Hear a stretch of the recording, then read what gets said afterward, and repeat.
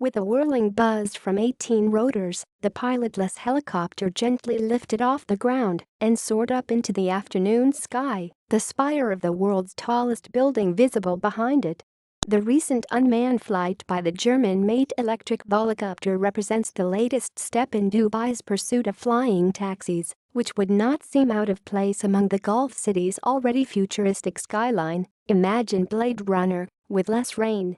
German-made electric Volocopter. Image, Associated PressGerman-made electric Volocopter. Image, Associated Press. Dubai already has invested in another model of a flying, autonomous taxi and is working to design regulations for their use. Putting more passengers in the air could free its already clogged highways and burnish the city's cutting-edge image of itself. It's public transportation for everybody, so you can order it, you can pay for the trip, and the trip is not much more expensive than with a car, said Alexander Zassel, Volocopter's co-founder. If you build roads, you build bridges, it's a huge amount, and it's always much more cheaper to have a system where you don't need that infrastructure. Driving in Dubai already makes one yearn for the open skies. Rush hour on Sheikh Zayed Road, a dozen-lane artery running down the length of the city, alternates between dense gridlock and sports car slalom. Over 1.5 million Dubai-registered vehicles ply its roads, not counting those crowding in from the United Arab Emirates' 6 other sheikdoms.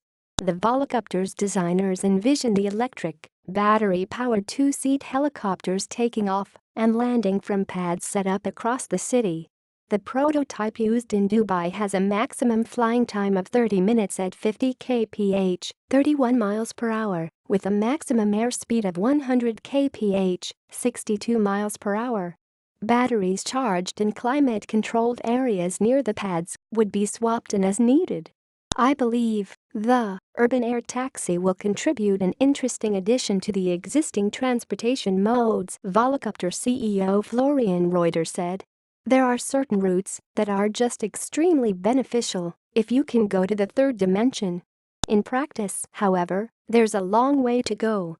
Convincing white-knuckled flyers to get into a buzzing, pilotless helicopter is just the beginning. Unpiloted passenger flights represent a new frontier for regulators.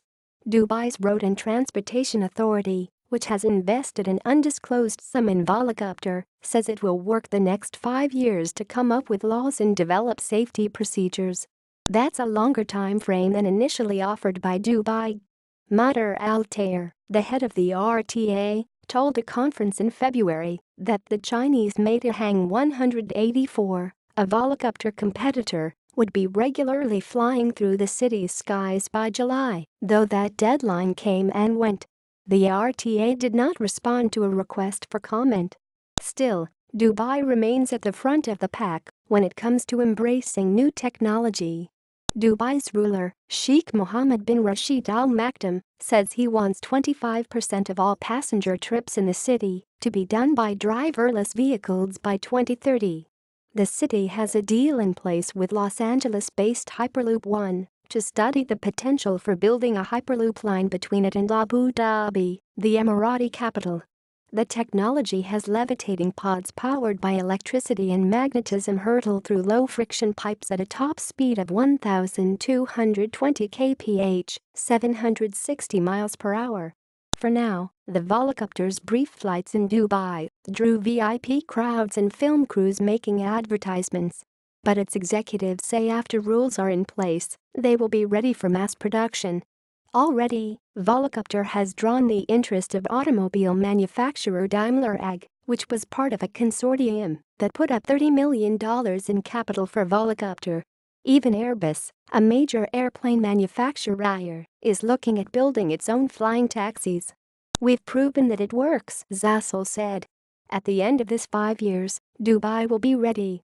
Published date, October 1, 2017, 3:27 p.m. Updated date, October 1, 2017, 3:27 p.m.